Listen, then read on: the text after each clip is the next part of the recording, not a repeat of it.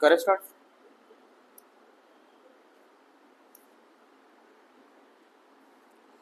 तो बेटा आज हमने करना है आपका डेप्रिसिएशन चैप्टर, ठीक है, डेप्रिसिएशन एंड अमोर्टाइजेशन। तो जो डेप्रिसिएशन होता है ये क्या होता है, क्यों करना है, कैसे करना है और कौन करेगा ये आपको पता है, अकाउंटेंट्स करते हैं। तो 3-4 सवालों से ही हमने चलना होता है हर एक चैप्टर में, ठीक है। क्या होता है उसके बारे में डिस्कस कर लेते हैं। डेप्रिसिएशन को बोला जाता है, वेट,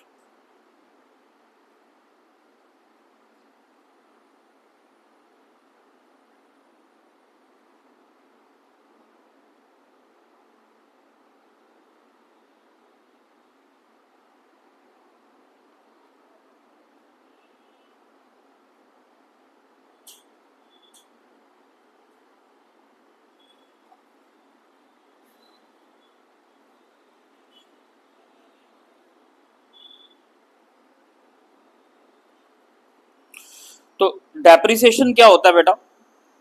डेप्रिसिएशन होता है, जैसे एक एग्जांपल है, लाइक आपने कोई मोटरसाइकिल लिया या स्कूटी ली है ना। स्कूटी आजकल कितने की आती है, 1 से 1.5 लाख की आती है ना, 1.5 लाख की लिया आज, और 1.5 लाख की स्कूटी ली आपने और उसको आपने ठीक 1 साल बाद अगर बेचना है तो क्या कीमत मिलेगी उसकी, क्या कीमत मिलेगी 1 साल के बाद उसको अगर बेचना होगा मार्केट में। 1,20,000, 1,10,000 की करीब है ना। तो जो वैल्यू कम हुई वो क्या हुआ, वो डेप्रिसिएशन हुआ। वो क्या हुआ, डेप्रिसिएशन की जो मीनिंग है वो उसको मैं लिख देता हूं, decrease in the value of an asset, ठीक है। और ये डेप्रिसिएशन जो लगती है बेटा ये किस पे लगती है, टेंजिबल गुड्स के ऊपर। किसके ऊपर,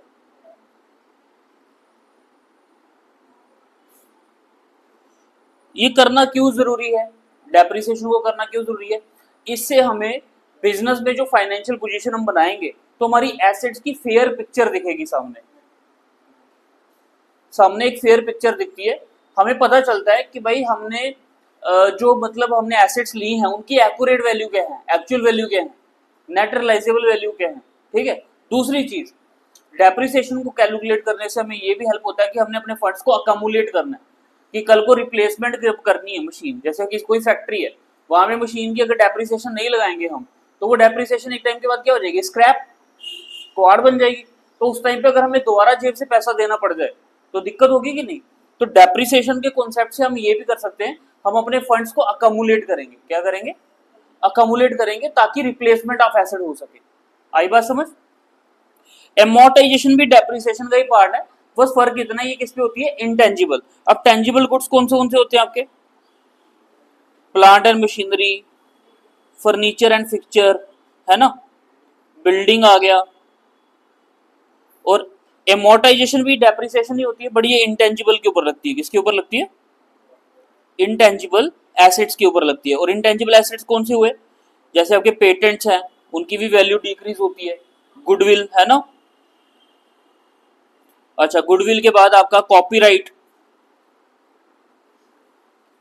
ट्रेडमार्क, है ना। तो ये क्या होते हैं, सारे के सारे इंटेंजिबल एसेट्स हैं आपके। तो ये भी एक टाइम के बाद क्या होते हैं, कम हो जाते हैं, ठीक है। बाकी थ्योरी में ऑलरेडी हम ये पढ़ चुके हैं पीछे, हमें दोबारा पढ़ने की जरूरत नहीं है। बस आपको इसके ऑब्जेक्टिव्स बता दूं, मैंने क्या बताया, ऑब्जेक्टिव ऑफ प्रोवाइडिंग डेप्रिसिएशन। तो डेप्रिसिएशन को निकालने के हमें क्या क्या प्रोवाइड करने के क्या क्या हमारा ऑब्जेक्टिव क्या होता है, मकसद क्यों निकालना हमने, है ना। True result of the operation, to certain true result of the operation. Theory नहीं करेंगे हम ज्यादा, हम प्रैक्टिकल पे ही आ रहे हैं डायरेक्टली। एक प्रेजेंट एंड ट्रू फेयर कुछ भी, ऑब्वियसली बात है, मैंने अभी ये बात बोली कि अगर प्लांट एंड मशीनरी हमने आज 10 लाख की खरीदी, अगर हम उस पर डेप्रिसिएशन नहीं लगाएंगे तो 10 साल बाद भी हमारी बुक्स क्या बताएंगी कि वो 10 लाख की है मशीन, है ना। तो फिर यार 10 लाख की 10, लेकिन जब उस 10 साल बाद जब हम उसको बेचेंगे तब पता चला वो तो 1 लाख की भी नहीं बिक रही, स्क्रैप के, तो नुकसान हो गया कि नहीं। तो डेप्रिसिएशन को या फिर अकमुलेटेड डेप्रिसिएशन को लगाने का सबसे बड़ा फायदा यही है कि वो हमें एक फंड्स अकमुलेट करने में हेल्प करेगी ताकि हम रिप्लेसमेंट कर सकें एसेट्स की। क्लियर है। तीसरा पॉइंट यही है।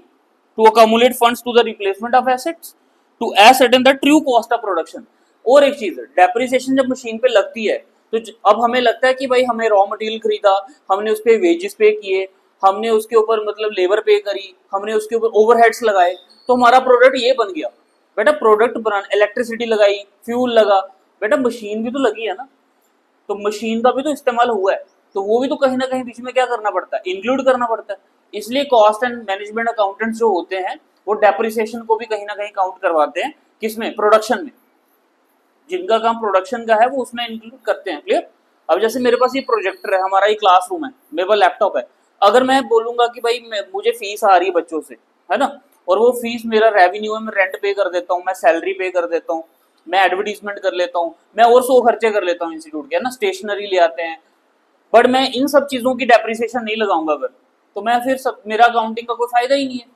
हालांकि ये चीजें चल रही हैं, बट एक टाइम ऐसा आएगा जब इनका मॉडल अपग्रेड हो जाएगा, जब चीजें बदल जाएंगी, तो मुझे उनको भी क्या करना होगा, रिप्लेस। तो मुझे किस रेवेन्यू से रिप्लेसमेंट चाहिए, जो अभी कमा रहा हूँ, तो मेरा फर्ज बनता है कि नहीं मैं इस डेप्रिसिएशन को भी काउंट करूँ अपने उस खर्चे में, है ना, ये चीज होती है। क्लियर है आपको। Factors affecting the amount of depreciation, कौन कौन सी 3 चीजें हैं जो अफेक्ट करती हैं। बेटा कॉस्ट चाहिए, एक्सपेक्टेड यूजफुल लाइफ चाहिए, और एस्टिमेटेड रेजिडुअल स्क्रैप वैल्यू कहते हैं इसको, क्या बोलते हैं, स्क्रैप वैल्यू बोलते हैं। ठीक है। और मैं अगर बात करूं डेप्रिसिएशन को निकालने का फॉर्मूला क्या है, ये थ्योरी के लिए पढ़ लेना बेटा आपको जो भी है। इधर हम एक पेज ऐड कर लेते हैं।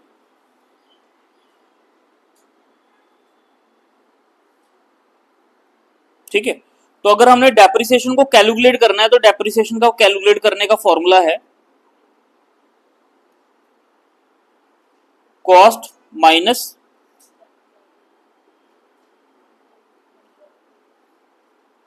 Life of estimated life of an asset. ठीक है। तो डेप्रिसिएशन निकालने का फॉर्मूला हमारे सामने है, और ये तो आ गया डेप्रिसिएशन। ठीक है। अगर हमने फॉर एग्जाम्पल रेट निकालना होगा कि कितने परसेंट, एग्जाम्पल है, एक एग्जाम्पल ले लेते हैं, mister x purchase the machine 5 lakh इस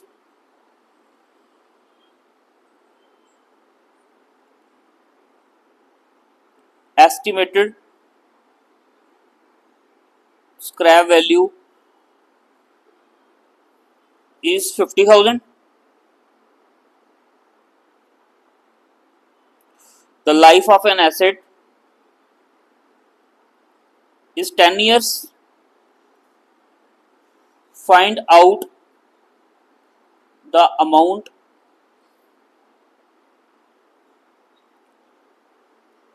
of depreciation and its rate. ठीक है। तो हमने इस पर डेप्रिसिएशन निकालनी है तो क्या करेंगे, लगाओ जी डेप्रिसिएशन का formula, C minus s upon n, है ना। तो कितनी कॉस्ट है, माइनस करेंगे इसमें से स्क्रैप वैल्यू माइनस, और लाइफ कितनी है इसकी, 10 साल, कितना आ जाएगा, 45,000। ठीक है। इकोनॉमिक्स में स्क्रैप वैल्यू यूज नहीं होता, इकोनॉमिक्स में क्या लेते हैं हम, simply cost upon life of an asset. ठीक है। बट अकाउंट्स में हमें पता, प्रॉफिट की बात करते हैं तो हमें पता होना चाहिए कितना मतलब स्क्रैप वैल्यू है ना। तो 45,000 रुपये हमारा निकल कर सामने आ जाएगा। ठीक है। मतलब कहने का कि हर साल मशीन की 45,000 अगर वैल्यू कम होती है तो फिर 10 साल बाद उसकी वैल्यू कितनी रह जाएगी, स्क्रैप वैल्यू 50,000। आई बात समझ। तो 45,000 रुपया हर साल कम हो रहा है मशीन का। अब इसका रेट अगर निकालना है तो रेट निकालने का फॉर्मूला होता है डेप्रिसिएशन अपॉन कॉस्ट इनटू 100, यही है। तो ये आ जाएगा हमारा 45,000 डिवाइडेड बाय 5 लाख इंटू 100, कितना आ गया, 9% आ गया। ठीक है। तो अगर अमाउंट ऑफ डेप्रिसिएशन की बात करें तो हर साल कितना कम हो रहा है, 45,000। और अगर रेट ऑफ डेप्रिसिएशन की बात करें तो कितना आ गया हमारा 9%। देखो इनका रेट निकालने का क्यों हमें जरूरी है और हमने डेप्रिसिएशन क्यों निकाला। अगर तो 45,000 हमारा डेप्रिसिएशन लग रहा है तो ये हमें एक मेथड को इंडिकेट कर रहा है। हमारे दो मेथड होते हैं बेटा, पहला मेथड होता है मेथड्स ऑफ कैलकुलेटिंग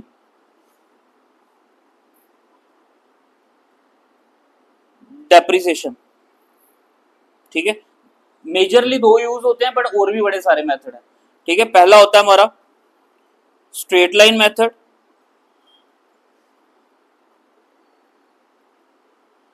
ठीक है। दूसरा हमारा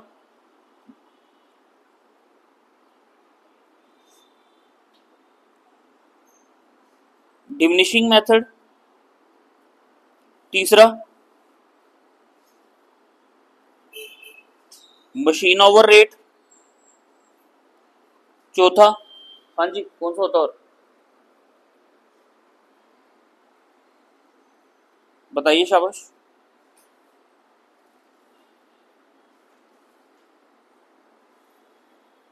कौन कौन से मेथड पढ़े थे हमने?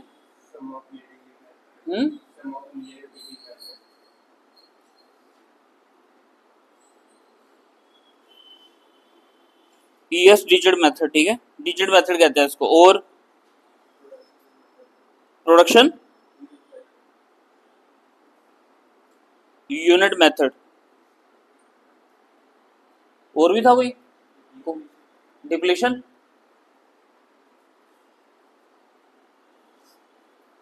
Depletion method. तो ये हमने जैन अटेम्प्ट के लिए इतने सारे मेथड्स पढ़े थे, अब दोबारा से हम इसको रिवाइज कर रहे हैं। तो बेसिकली हमने जो 11th में पढ़ते हैं, हम जो 11वीं कक्षा में पढ़ते हैं, वो कौन से मेथड पढ़ते हैं? स्ट्रेट लाइन और डिमिनिशिंग। अब मेरा एक सवाल था, जैसे 45,000 हमारी डेप्रिसिएशन आई तो ये एक मेथड को इंडिकेट कर रही है, कौन सा वाला? Straight line method. कौन सा मेथड? कि 45,000 हर साल, मतलब same line of method use हो रहा है, सेम लाइन ऑफ डेप्रिसिएशन हर साल क्या कर रहे हैं हम? अपनी मशीन की कॉस्ट से माइनस कर रहे हैं, है ना। लेकिन रेट हमें कहाँ हेल्प करेगा? बाकी मेथड्स में। जैसे डिमिनिशिंग मेथड है तो हमें अगर फॉर एग्जांपल बैलेंस पे डेप्रिसिएशन लगानी है तो वहां क्या चाहिए? हमें रेट चाहिए, क्योंकि डिमिनिशिंग बोलता है कि जितना बैलेंस आपका मशीन का कम होगा उसके ऊपर आपने रेट लगा देना है। क्लियर है आपको? तो एसएलएम क्या बोलता है कि हमने सेम डेप्रिसिएशन हर साल क्या करनी है? माइनस करनी है। जैसे 45,000 है तो हर साल कितना होता जाएगा? 45,000। हर साल कितना माइनस होगा? 45,000। लेकिन अगर हम डिमिनिशिंग यूज कर रहे हैं तो जो, जैसे फॉर एग्जाम्पल हमारा पहले साल डेप्रिसिएशन लगी 45,000, तो 5 लाख से 45,000 माइनस किया तो कितना आया हमारा? 4,45,000। फिर उसके ऊपर कितना लग जाएगा? 9%।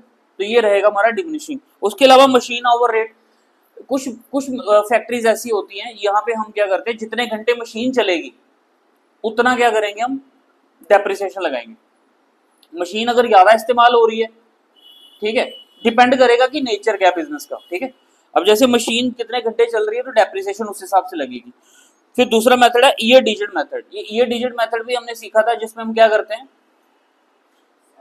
हाँ, इस साल के ऊपर पहले उसको प्रायोरिटी दे देते हैं कि इस साल हमारा ज्यादा लगा है, इस साल कम लगा है, तो प्रायोरिटी के बेसिस पे होता है। प्रोडक्शन यूनिट मेथड में कि कितना हमने सामान प्रोड्यूस करा है, तो जितना प्रोड्यूस होगा उस हिसाब से डेप्रिसिएशन लगाएंगे हम, ठीक है। डिप्लेशन मेथड भी था, वो भी हम सीखेंगे अभी इसमें। तो मेजरली जो यूज होने वाले मेथड है वो कौन कौन से हमारे? स्ट्रेट लाइन और डिमिनिशिंग मेथड। क्लियर?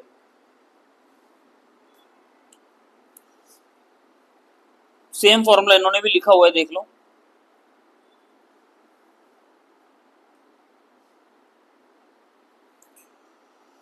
तो कॉमनली यूज्ड दो मेथड इन्होंने बताया डेप्रिसिएशन के, स्ट्रेट लाइन मेथड और डिमिनिशिंग मेथड, ठीक है। Result in the constant charge over, constant charge हो गया कि सेम 45,000 जो अपने ऊपर किया, ठीक है। Resulting in the decreasing charge over the useful life, जितना लाइफ उसका बचा है प्लस जितना बैलेंस उसका बचेगा वो, ठीक है। तो चलो स्ट्रेट लाइन मेथड करते हैं हम।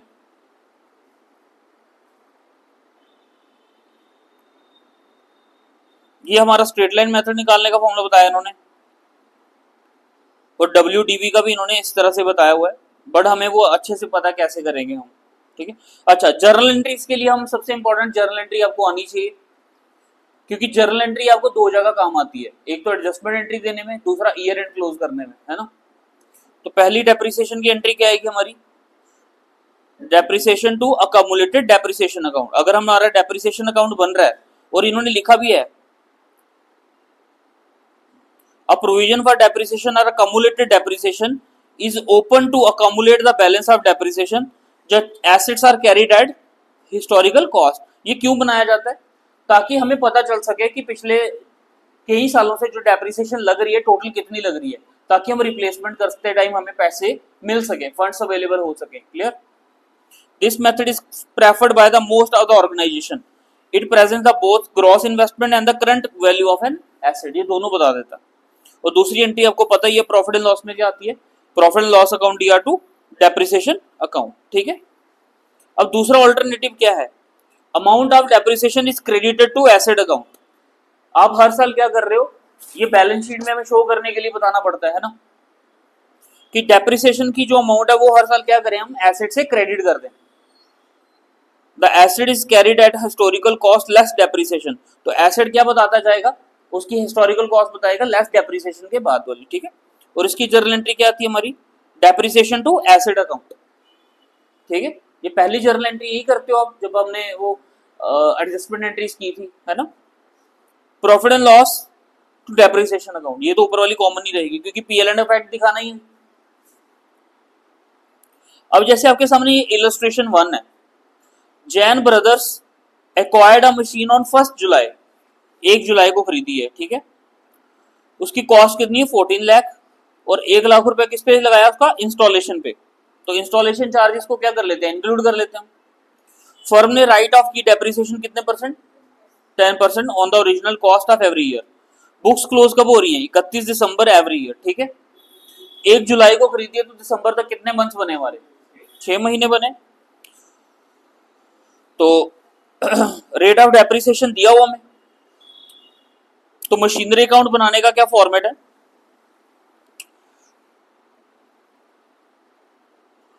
सबसे पहले आ जाएगा मशीनरी अकाउंट। और मशीनरी अकाउंट टू क्या आता है, परचेज जब करते हैं हम, टू बैंक। फॉर्मेट हमने लेजर का किया हुआ पहले भी। तो मशीनरी टू बैंक 1 जुलाई, और इंस्टॉलेशन भी सेम डे हुई है हमारी। तो 1 जुलाई को to bank installation expenses total कितना आ गया, 14 और 1 15 लाख। ठीक है। अब 31 दिसंबर को साल खत्म हो रहा है, तो डेप्रिसिएशन लगी 15 लाख रुपए के ऊपर 10%, और लगेगी 6 महीने की, 6/12। ठीक है। अब इन्होंने अकाउंट बनाने के लिए बोला सिर्फ 21 और 22 का, तो 2 साल का खाता बनाना हमने। ठीक है। तो ये हमारी डेप्रिसिएशन निकल कर आई 75,000। दोनों साइड में से कौन सी साइड बढ़ी हमारी, डेबिट साइड, 15 लाख रुपए। सेम टोटल लिखेंगे हम इस साइड, और 15 लाख में से 75,000 को कर देंगे माइनस, तो कितना आ जाएगा, 14,25,000। क्लियर है। इसी बैलेंस को फिर 1 जनवरी को क्या कर लेंगे, ब्रॉट डाउन। ठीक है। अब हम कर रहे हैं स्ट्रेट लाइन मेथड। क्या कर रहे हैं, तो स्ट्रेट लाइन मेथड जो है वो आपको पता ही है कि कांस्टेंट डेप्रिसिएशन चार्ज होती है। तो 15 लाख के ऊपर ही 10% लगेगी, बड़ी साल पूरे साल की, क्योंकि 6 महीने सिर्फ पहले साल में ही थे, दूसरा साल पूरा काउंट करेंगे तो ये 1.5 लाख आ जाएगी डेप्रिसिएशन। तो 14,25,000 का टोटल बड़ा है, सेम टोटल लिखेंगे इस साइड, और इसमें से कर देंगे 1.5 लाख को माइनस, तो कितना आ जाएगा, 12,75,000 मशीन की वैल्यू 2 साल बाद। ठीक है। उसके बाद डेप्रिसिएशन अकाउंट बनाना हमने। तो डेप्रिसिएशन अकाउंट में क्या एंट्री आएगी हमारी, ये वाली, depreciation to asset account. Depreciation पहले 31 दिसंबर 2021 में लगा 75,000। उसी के साथ दूसरी एंट्री कौन सी है हमारी, profit and loss to depreciation. तो ये बैलेंस कहां ट्रांसफर होगा फिर हमारा,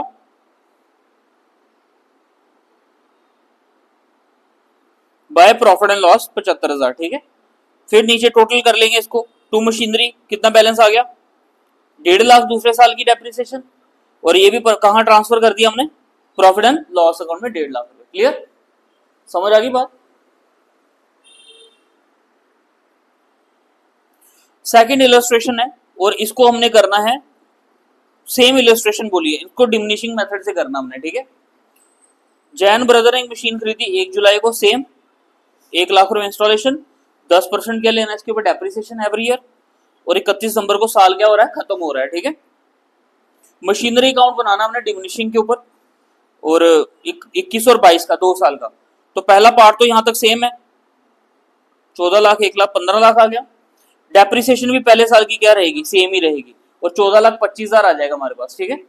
इसको ब्रॉड डाउन किया 14,25,000। पहले हमने क्या किया था, स्ट्रेट लाइन में 15 लाख पे डेप्रिसिएशन ली थी।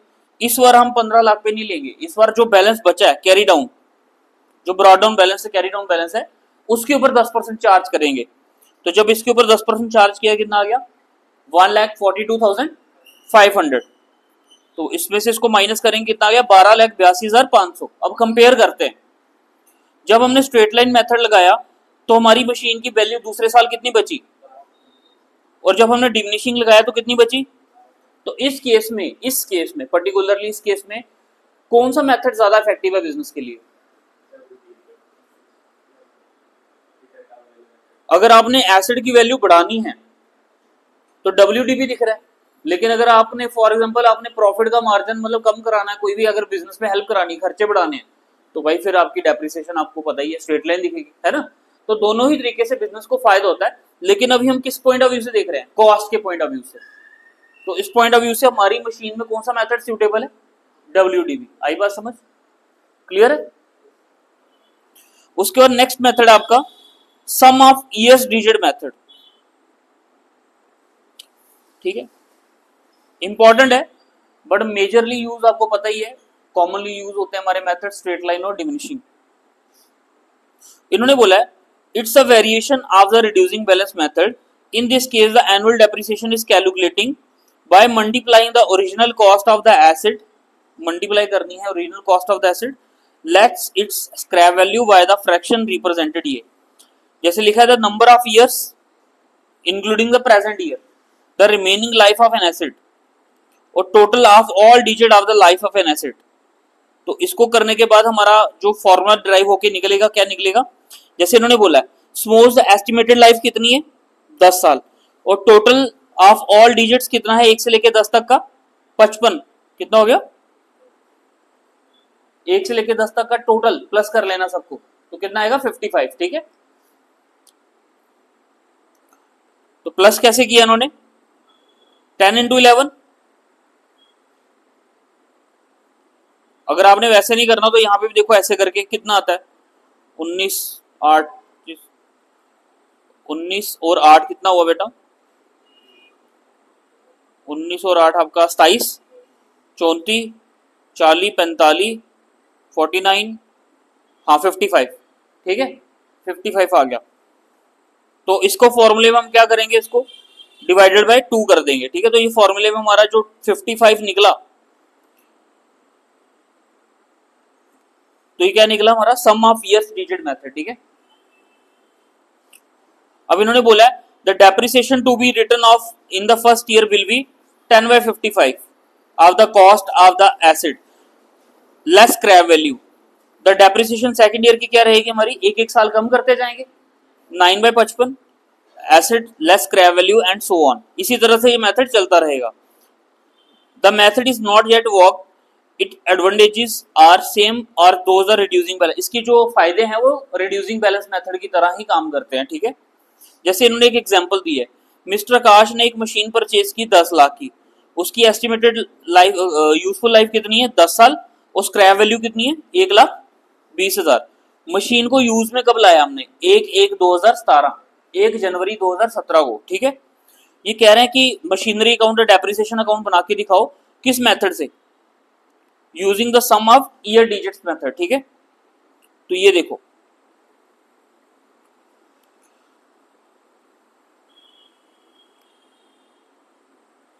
दस लाख की मशीन थी, स्क्रैप वैल्यू कितनी है उसकी, 1,20,000, और मल्टीप्लाई कर लेना है वही 10 + 9 + 8 + 7 + 6 प्लस, ठीक है। और इसको सॉल्व करने के बाद हमारा आ जाएगा यहाँ पे कितना, 40/55। जब इसको सॉल्व करेंगे तो जो हमारा टोटल सम ऑफ डिजिट की डेप्रिसिएशन निकल के आई कितनी आ रही है, 640।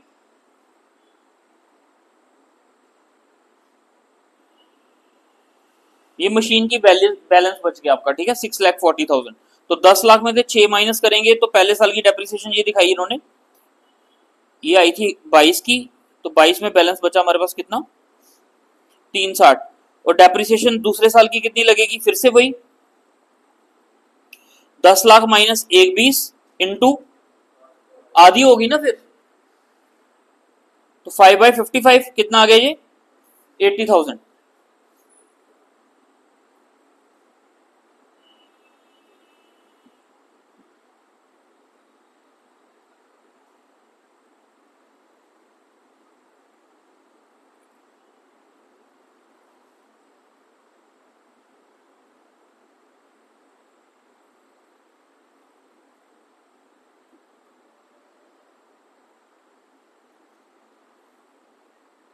कितने साल का अकाउंट बनाना है इन्होंने, 22 तक का बताया हुआ है, चलो एक ही साल का पूछा है इन्होंने।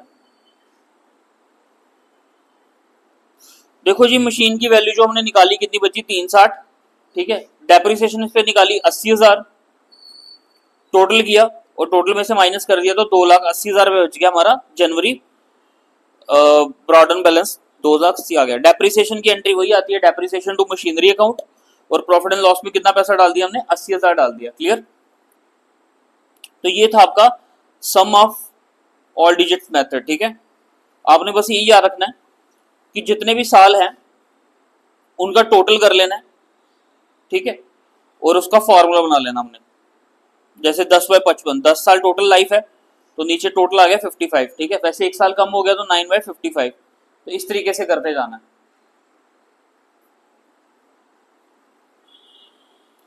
Machine hour rate next method आता है आपका, machine hour rate, machine hour method. बेटा ये इसलिए मेथड यूज किया जाता है, ये जितने घंटे हमारी मशीन चल रही है उतने घंटे की हम डेप्रिसिएशन को क्या करेंगे, कैलकुलेट करेंगे। ठीक है, जैसे इन्होंने बोला है where it is a practical to keep a record the actual running hour of the each machine, depreciation may be calculated on the basis of hours that concern the machine worked. The machine hour rate of depreciation is calculated after the total number of hours that machine could work during its whole life. 10 साल नहीं देखे जाएंगे वहां पे, years नहीं देखेंगे, machine जितने साल चली है, कितने साल कितने घंटों चली है, तो जितने घंटे वो पूरी उम्र में चली होगी वो उसका टोटल आवर आ जाएंगे। ठीक है, it may have to vary from time to time consideration of the changes in the economic and technological condition which might take place to ensure the amount provided for the depreciation correspond the considered appropriate in the change circumstances. It would be observed that the method is variation of the straight line method under which depreciation is calculated per year. Under this method it is calculated for each over the machine work. इसमें एक एक घंटे का हिसाब होगा machine का। ठीक है, Schedule to the Companies Act 2023 which prescribes estimated useful of the different asset of the company for companies also recognize this method to some extent. It prescribed depreciation should be charged using estimated life suggested in it. ठीक है, जैसे इन्होंने बोला है however in certain category plant and machinery it prescribes the charging higher amount of depreciation, ज्यादा लगती है इस पे। If these assets are used for 2 shifts 3 shifts, अगर मशीनें 2 शिफ्टों में 3 शिफ्टों में यूज की जाएगी तो स्केड्यूल क्या करेगा, स्ट्रेट लाइन मेथड और मशीन ओवर रेट को कंबाइन कर लेगा। ठीक है, इससे हमें एक्यूरेट पता चलेगा कि कितनी मशीन की घिसाई हो रही है। जैसे इलस्ट्रेशन 4 है, अ machine was purchase 30 lakh having estimated total working कितना 24,000 घंटे, कितने घंटे चलेगी 24,000 घंटे। The scrap value is expected to be कितनी दी हुई है 2 lakh. Anticipated pattern of the distribution effective follow, पहले 1 साल से 3 साल कितने घंटे चल रही है वो, 1 से 3 साल 3,000 पर आवर पर ईयर, 3,000 घंटे 1 साल, तो 3 साल के कितने हो गए हम 4 से 6 साल 26,000 पर ईयर चल रही है, तो कितने घंटे हो गई है 2600 इंटू 3 7 8, और जब 7वां साल शुरू हुआ 7वें से लेके 10 साल तक 1800 कितना हुआ, कितना 5400। ठीक है, ये बोल रहे हैं कि एनुअल डेप्रिसिएशन बताओ कितनी निकल कर आती है। सिंपल फॉर्मूला, पहले 3 साल की कितनी निकलेगी, 3000 अपॉन 24,000, पूरी टोटल कितनी 24 into 30 lakh minus 2 lakh, cost minus scrap value. इसको सॉल्व किया तो कितना निकल कर आया साल की, 3.5 लाख पहले साल डेप्रिसिएशन, पहले 3 साल की डेप्रिसिएशन। ठीक है, यही आता देखना जरा।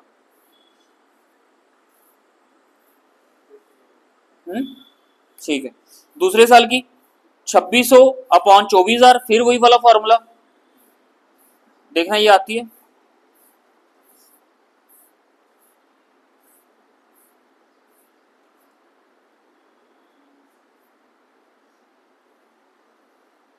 सीधे 28 लाख से मल्टीप्लाई कर देना। ठीक है, और तीसरे में 1800 डिवाइडेड बाई 24,000 इंटू, तो देखो एक फायदा तो हो रहा है, एक फायदा तो हुआ है मेथड से, 210 आनी चाहिए, आई। ठीक है, 210 आ गई। तो इस मेथड से एक फायदा हुआ है कि जितने घंटे मशीन चल रही है डेप्रिसिएशन उसके अकॉर्डिंगली यूज हो रही है ना। मतलब अगर 3000 चली थी तो 3.5 लाख की डेप्रिसिएशन आई है 3 साल की। जब 2600 चली है तब डेप्रिसिएशन भी कम हो गई, और जब 1800 चल रही है तो तब कितनी होगी डेप्रिसिएशन, 2,10,000। तो इसका ये फायदा तो है कि जितनी कम मशीन चली उतना ज्यादा वो क्या कर रही है, लाइफ बढ़ा रही है। ठीक है, अब उसके बाद आता है हमारा प्रोडक्शन यूनिट मेथड। यहां समझ आया आपको, क्लियर है। प्रोडक्शन यूनिट मेथड क्या होता है कि आपने क्या करना है, एनुअल प्रोडक्शन के साथ काउंट करना है कि कितनी प्रोडक्शन पूरे साल में हुई है, आउटपुट के साथ। Under this method the depreciation of the asset is determined by comparing the annual production with the estimated total production. कितनी एस्टिमेटेड रहेगी, the amount of depreciation is computed by production during the period, और estimated total production रखना नीचे। ठीक है, और depreciable amount multiply कर देनी है। जैसे एक एग्जांपल दिए, अ मशीन इज परचेज्ड 20 लाख, और उसकी जो एस्टिमेटेड लाइफ है वो कितनी है, 10 साल, और उसकी स्क्रैप वैल्यू कितनी है, 2 lakh. Machine is expected to produce 1.5 lakh units during the life time. पूरी उम्र में वो कितना सामान बना सकती है वो मशीन, 1.5 लाख यूनिट्स बना सकती है। Expected distribution pattern of production as follow, पहले 1 से 3 साल कितना बनाया उसने, 20, 4 से 7 साल में 15, 8 से 10 साल में 10। तो इसका मतलब अभी तक उन्होंने प्रॉपरली मशीन को यूज ही नहीं करा, बट बना वो ज्यादा सकती है मशीन सामान, है ना। तो इसको निकालने का फॉर्मूला क्या रहेगा, सेम वैसा ही, 20,000 अपॉन 1.5 लाख इंटू आपका एक्चुअल वैल्यू ऑफ एसेट जो रहेगा, है ना। 20 लाख माइनस 2 लाख कितना आ गया, 2,40,000। समझ आया सुनूर क्या मेथड है। ऊपर हम ओवर से डिवाइड कर रहे थे, इधर हम किस पे कर रहे हैं, प्रोडक्शन से। कुछ ज्यादा डिफरेंस नहीं है। ठीक है,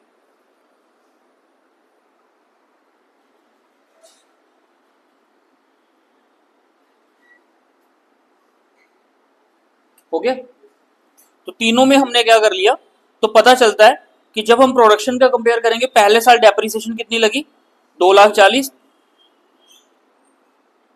अगले फिर आगे 3 सालों की 1,80, और फिर आगे 8 से 10 साल की 1,20। ठीक है, उसके बाद लास्ट मेथड आता है आपका डिप्लेशन मेथड। डिप्लेशन मेथड क्या होता है, ये कहां यूज होता है बेटा, आपके नेचुरल रिसोर्सेज पे यूज होता है। जैसे आप माइनिंग करते हो ना कभी कभार, ये डिप्लेशन मेथड वहां पे यूज किया जाता है। जैसे इन्होंने भी लिखा है, देखो, depletion is the allocation of the cost of wasting natural resources such as oil, gas, timber, minerals to be production process. This method is used in case of mines, quarries etcetera. ठीक है, containing only a certain quantity of the product. The depreciation is rate calculated dividing the cost of an asset by the estimated quantity of product likely to be available to be extracted. जितना निकाला है हमने mine करके सामान, उससे divide कर लेना। ठीक है, जैसे एक एग्जांपल है, मैसर सूर्या एंड कंपनी टू का लीज अक्वायरी 1/1/2019 को कितने की, 1 CR। As per technical estimate total quantity of the mineral deposit कितना है, 2 lakh tons. Depreciation was charged on the basis of depletion method. Extraction pattern जो दिया हुआ ये दिया हुआ है 2019 में कितना मिनरल एक्सट्रैक्ट किया गया, 20 में 10,000 और 21 में 15,000। तो ये कह रहे हैं कि खाता बना के दिखाओ 19 से 21 तक का। तो पहले हम क्या कर लेंगे, डेप्रिसिएशन कैलकुलेट करेंगे। तो कैसे निकलेगी बेटा, 2000 divided by 2 lakh into 1 CR। तो पहले साल की निकल गई 1 लाख।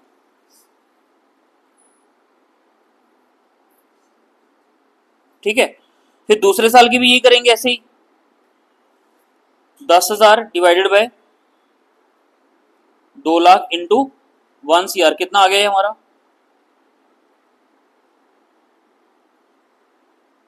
करना जरा,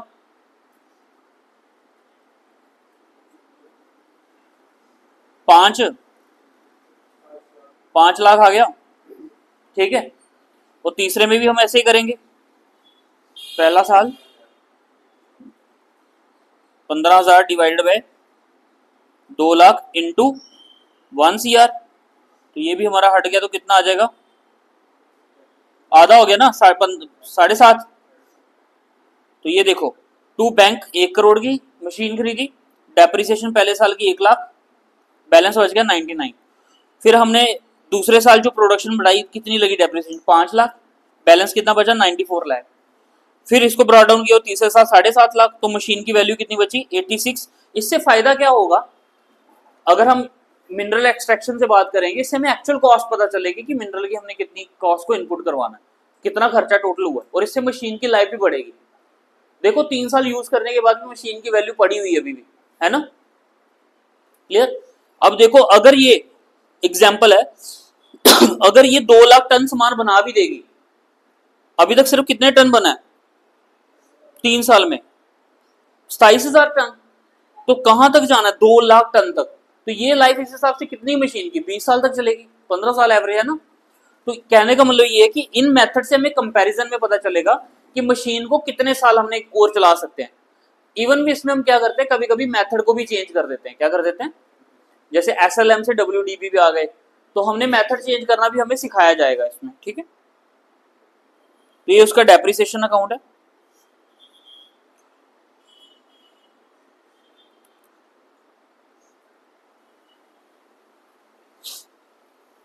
अब आपको पता ही है, प्रॉफिट एंड सेल डिस्पोजल अगर हमें निकालना है, प्रॉफिट और लॉस निकालना है, जब हम कोई स्क्रैप भेज देते हैं, डिस्पोज कर देते हैं एसिड को, तो कैसे किया जाता है, उसके लिए भी हमने अकाउंट सीखा था पहले ग्रेड 11 में, बट कोई नहीं, हम दोबारा देख लेंगे कैसे। जैसे फॉर एग्जाम्पल बुक वैल्यू कितनी दी एक मशीन की, एग्जाम्पल दी है यहाँ पे, देखो बुक वैल्यू दी है 50 लाख, डेप्रिसिएशन चार्ज कितनी हो रही है उस पर 10%। 1 जुलाई 2022 को, उसी साल 1 जनवरी को खरीदी, और ठीक 6 महीने बाद हमने वो मशीन कितने की बेची, 32 लाख की। बताओ प्रॉफिट कितना हुआ, 50 लाख की खरीदी, 6 महीने की डेप्रिसिएशन कितनी आती है, 5 का आधा हो गया 2.5 लाख, बची कितनी वैल्यू 47,50,000, बेच कितने की दी, तो कितना नुकसान हो गया 15,50,000। क्लियर है। अब जैसे एक क्वेश्चन है, इलस्ट्रेशन 7 है, अ फर्म परचेज्ड ऑन 1 जनवरी 2020 कितने की मशीन, 5,80,000, और उस पर 18,000 रुपए का लग गया उसका ठीक कराने पे, इरेक्शन इंस्टॉलेशन। 1 जुलाई 2020 को एक मशीन और खरीदी, कितने की, 2 लाख की, मतलब 6 महीने बाद, 6 महीने बाद हमने एक मशीन और खरीद ली। 1 जुलाई 2021 को जो मशीन हमने खरीदी थी ऑन 1 जनवरी 2020 बिकम ऑब्सोल्यूट, और उसको ऑक्शन करके बेच दिया कितने का, 386 का, और उसी दिन एक मशीन और खरीद ली नई फ्रेश, कितने की, 4 लाख की। समझ आया क्वेश्चन क्या है। कहने का मतलब यह है, फर्म ने 1 जनवरी 2020 को एक मशीन खरीदी थी 582 की, उसको ठीक कराने पे लगा दिया 18, तो कितना हो गया 6 लाख की। 1 जुलाई 2020 को उन्होंने एक मशीन और खरीदी, 1 जुलाई 2021 अगले साल 21 में एक मशीन जो हमने पहली खरीदी थी 1 जनवरी 2020 को खराब हो गई, उसको नीलामी में बेच दिया 3,86,000 का, और उसी दिन एक नई मशीन खरीदी 4 लाख की। तो मल्टीपल मशीन है, तो हमने इसमें उन्होंने बोला डेप्रिसिएशन जो चार्ज करनी है 10% करनी है और return down value method apply करना है। मशीनरी अकाउंट बना के दिखाओ, ठीक है।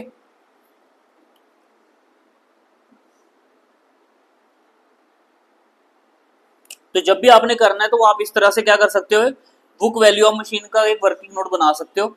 जैसे पहली मशीन जो थी कितने की थी, 6 लाख की, और पूरे साल की डेप्रिसिएशन कितनी लग गई उस पर, 60,000।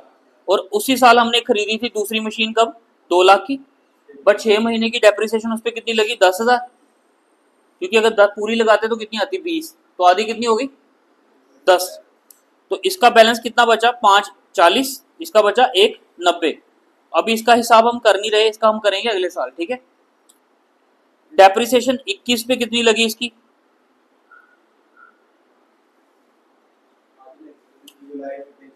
क्योंकि हमने जुलाई में बेच दिया तो आधी लग गई फिर, है ना। 54 का आधा आता है 27, और उसी दिन हमने एक नई खरीद ली 4 लाख की, और उसके ऊपर 6 महीने की डेप्रिसिएशन कितनी आ गई, 20,000, ये बच गया। इसका बैलेंस ये बचा, ये तो ऑलरेडी सही चल रहा था हमारा। अगले साल हमारा डिमिनिशिंग मेथड कर रहे हैं, तो 1,90,000 पे कितना परसेंट, 10%, 19,000। तो सेकंड का कितना बैलेंस कैरी डाउन बचा हमारे पास, 1,71,000, 3,80,000। हाँ, अब मेन जिसका था हमने जो करना है वो किसका था, फर्स्ट मशीन का। 5,13 की वैल्यू बची डेप्रिसिएशन के बाद, बेची कितने की हमने, 386 की। तो कितना नुकसान हुआ हमारे पास, 1,27,000। कहने का मतलब ये है, हमने 6 लाख की खरीदी थी, 60,000 उस पर डेप्रिसिएशन लगी, पहले साल की डेप्रिसिएशन। फिर अगले साल 1 जुलाई को हमने बेच दी, है ना। तो 1 जुलाई तक की डेप्रिसिएशन कितनी लगेगी, 6,000, ओ सॉरी 6, आधी लग गई 6 महीने की। तो 540 पे 10% आता है 54, उसका आधा कितना हो गया 6 महीने का, 27। तो मशीन की वैल्यू बची 513। तो 513 की मशीन हमने बेची कितने में, 386 में। तो वैल्यू कितनी बच गई, 1,27,000। अब देखो यहाँ पे टू बैंक 5,82,000, और एरेक्शन पे कितना लगा, 18,000। ये कब खरीदी, 1 जनवरी को। और 1 जुलाई उसी साल हमने दूसरी भी खरीद ली थी 2 लाख की। पहली वाली पे डेप्रिसिएशन आप ऐसे अलग अलग भी कर सकते हो, अलग अलग भी कर सकते हो, कोई दिक्कत नहीं, ठीक है।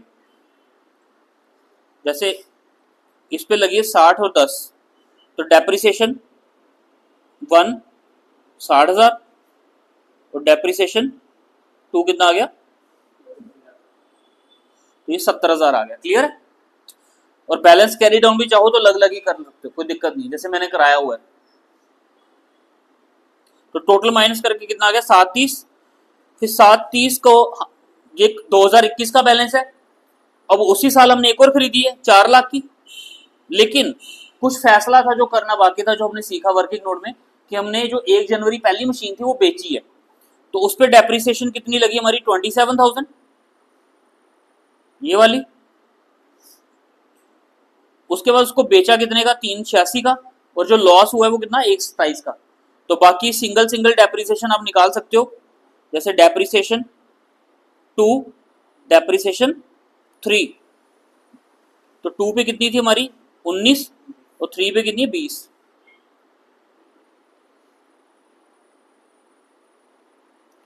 और ये आ गई 20,000।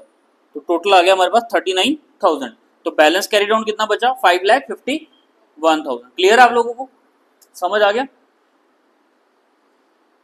बस बाकी इलस्ट्रेशन 8 है, ये आप घर से करना, नहीं पता चलेगा तो वैसे हम कल करवाने ही वालों, कल भी एक सेशन है डेप्रिसिएशन का, क्योंकि इसके प्रैक्टिकल प्रॉब्लम भी काफ़ी अच्छे क्वेश्चंस हैं, तो वो भी सॉल्व करेंगे, ठीक है। तो मेथड चेंज इन डेप्रिसिएशन भी हम कल ही करेंगे। तो आज के लिए इतना रखते हैं, बाकी फिर कल देखते हैं, ठीक है।